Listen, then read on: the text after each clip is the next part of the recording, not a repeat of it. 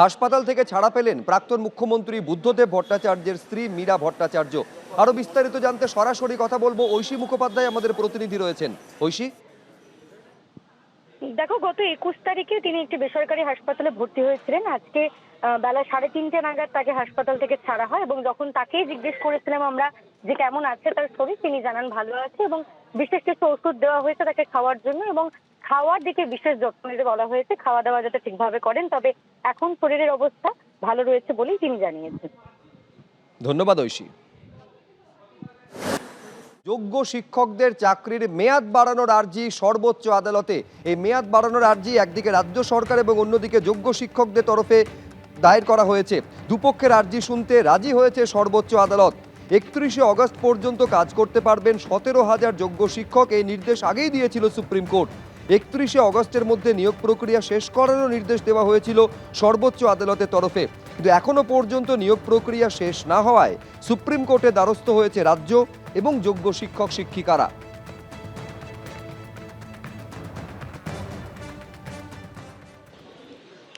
স্বাভাবিকভাবে সুপ্রিম কোর্টের সিদ্ধান্ত, এটা তো আমাদের কিছু বলার নেই। সুপ্রিম কোর্টের সিদ্ধান্ত, সুপ্রিম কোর্ট সিদ্ধান্ত অনুসারে রাজ্যের শিক্ষা দপ্তর কাজ করবে। দেখুন, সরকার এবং পার্টি আলাদা, আমরা বরাবরই এটা বলি এবং বলি না, মনে করি।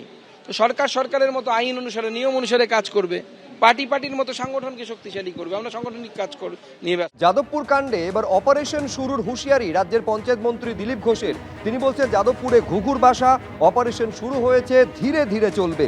দিল্লির জেএনইউতেও এরকম পরিবেশ ছিল, রাষ্ট্রবিরোধী গতিবিধি চলত। জেএনইউতে এখন সব সমস্যার সমাধান হয়েছে। কি বলেছেন দিলীপ ঘোষ, দেখুন। দিল্লির জেএনইউতে হচ্ছিল কিনা এরকম পরিবেশ, রাষ্ট্রবিরোধী গতিবিধি, স্লোগান, গাঁজা, চরস, সমাধান হয়েছে। সেখানে দেশ বিরোধী শক্তির আধিপত্য ছিল। বিবেকানন্দের স্ট্যাচু ওখানে প্রতিষ্ঠিত হয়েছে। আর বিবেকানন্দের রাজ্যে এইরকম একটা নামী ইউনিভার্সিটিতে কিছু লোক উৎপাত করবে, যা ইচ্ছা করবে। সেখানে রাজ্যপালকে অপমান করা হবে, কেন্দ্রীয় মন্ত্রীকে অপমান করা হবে, অন্য কোনো মতাদর্শের লোককে ঢুকতে দেওয়া হবে না। এরকম চলতে পারে না। পশ্চিমবাংলা থেকে বাংলাদেশি রাজ চলে গেছে, ওখান থেকেও চলে যাবে। আর তার জন্য শুরু হয়েছে অপারেশন, চলবে ধীরে ধীরে।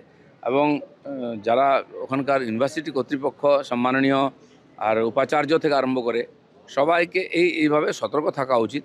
কলেজে, ইউনিভার্সিটিতে পুলিশ যাবে না, ঠিক আছে, কিন্তু অ্যাডমিনিস্ট্রেশন ঠিক থাকা উচিত, পড়াশোনার পরিবেশ ঠিক থাকা উচিত, নিরাপত্তা ঠিক থাকা উচিত। না হলে তো সমস্যা হবেই উল্টো দিক থেকে। এর আগে অনেক ঘটনা ঘটেছে, কাউকে অ্যারেস্ট করেছে ইউনিভার্সিটি। বাউল সুপ্রিয়কে যেভাবে অসম্মান করা হয়েছিল, তার বিরুদ্ধে আমরা গিয়ে ওখানে সার্জিক্যাল স্ট্রাইক করিয়েছিলাম। জানি কর্তৃপক্ষ করতে পারবে না, ঘুঘুর বাসা আছে। রাজ্যপালকে যেভাবে অপমান করা হয়েছিল, এটা তো কেউ সহ্য করতে পারে না। আমরা পারিনি, সহ্য করব না, আমরাই পরিবর্তন করব। যাদবপুরে তাণ্ডবের ঘটনা নিয়ে এবার এবিভিপির পক্ষ থেকে একটি ভিডিওকে সামনে আনা হয়েছে। সোশ্যাল মিডিয়া হ্যান্ডেলে সেই ভিডিও পোস্ট করে এবিভিপির তরফ থেকে বলা হচ্ছে, যাদবপুর বিশ্ববিদ্যালয়ে 19শে অগস্টের ঘটনা পূর্ব পরিকল্পিত। রাত 1:30টায় এত সংখ্যক বহিরাগত নকশাল কিভাবে ক্যাম্পাসে ঢুকলো, উত্তর দিতে হবে বিশ্ববিদ্যালয় কর্তৃপক্ষকে। ক্যাম্পাসে প্রবেশ ও উপস্থিতির অনুমতি কে দিয়েছিল? ছাত্রদের ওপরে হামলা নাকি বিশ্ববিদ্যালয়ের সম্পত্তি ও ক্যাম্পাসে ভাঙচুরের জন্য প্রবেশের সুযোগ দেওয়া হয়েছিল? প্রশ্ন তুলছে এবিভিপি। বিশ্ববিদ্যালয়ের আইন শৃঙ্খলা ও ছাত্র নিরাপত্তায় ব্যর্থ রেজিস্ট্রারের অপসারণ এবং 19শে অগস্টের ঘটনার নিরপেক্ষ, পূর্ণাঙ্গ ও উচ্চ পর্যায়ের তদন্ত দাবি করা হয়েছে তাদের তরফে। উপাচার্যের তদন্ত কমিটি নিরপেক্ষতা নিয়ে আমরা উদ্বেগ প্রকাশ করছি। অনেক কিছু পরিচিত চরিত্র আছেন যাদের নিরপেক্ষতা নিয়ে আমাদের সন্দেহ আছে এবং সম্ভবত একজন পদত্যাগও করেছেন। আমরা সেই নিরপেক্ষতা নিয়ে এবিভিপি উদ্বেগ প্রকাশ করছে। কারো সামনে কারো ফুটেজ নেই, আমরা বলছি যদি ফুটেজ থাকে প্রকাশ্যে আসুক। যদি এবিভিপি কেউ এই ঘটনার সাথে অভিযুক্ত থাকে, আমরা সাথে তাকে বহিষ্কার করব এবং পুলিশের হাতে তাকে উপযুক্ত ব্যবস্থা গ্রহণের দাবি জানাচ্ছি এবং বলছি যেই অভিযুক্ত তার উচ্চ পর্যায়ে তদন্ত হোক। এটা এবিভিপি বলছে, নকশালীদের বুকের পাটা নেই বলার। আমরা বলছি উচ্চ পর্যায়ে তদন্ত হোক। এতগুলো মিডিয়ার ক্যামেরা এড়িয়ে কি করে ফলক ওখানে ভাঙলো? আর ফলক ভাঙলে তো শাবল গাইতে লাগে, লোহা তো হাত দিয়ে টাচ করলে ভাঙা যায় না। যাদবপুর বিশ্ববিদ্যালয়ে তাণ্ডবের ঘটনা নিয়ে আগেই সরব হয়েছেন জিষ্ণু বসু থেকে শুরু করে সর্বোরী মুখোপাধ্যায়রা। কে কি বলেছেন দেখব।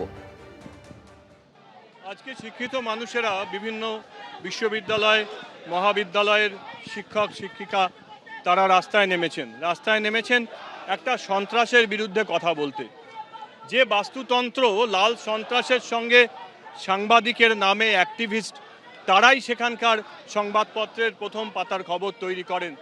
যে লাল সন্ত্রাস স্বপ্নদ্বীপের মৃত্যুর বিরুদ্ধে একটি কথা বলে না, যে লাল সন্ত্রাস তার বিরুদ্ধে কোনো মতবাদ প্রকাশ করলেই তার উপরে নেকড়ের মতো ঝাঁপিয়ে পড়তে হবে, সে ব্যাপারে কিন্তু এই মিডিয়া একটি কথাও বলে না। আজকের এই শিক্ষিত মানুষেরা এই সমবেত যে বাস্তুতন্ত্র তার বিরুদ্ধে এই রাস্তায় নেমেছেন। কালচারাল মার্কসিজমের এই সার্বিক বাস্তুতন্ত্রকে পশ্চিমবাংলার মানুষ ব্যর্থ করবে এবং তাদের সকলের মুখোশ খুলে দেবে। রাষ্ট্রবাদ জিন্দাবাদ, দেশ বিরোধী শক্তি মুর্দাবাদ মুর্দাবাদ, দেশ বিরোধী শক্তি, জাতীয়তাবাদ বিরোধী শক্তি মুর্দাবাদ মুর্দাবাদ। ঋষি অরবিন্দের সৃষ্টি যাদবপুর বিশ্ববিদ্যালয়ের দেয়ালগুলো ভরে দাও, ঋষি অরবিন্দের বাণীতে ভরে দাও, ঋষি অরবিন্দের বাণীতে যাদবপুর বিশ্ববিদ্যালয়ের সমস্ত দেয়াল ভরে দাও।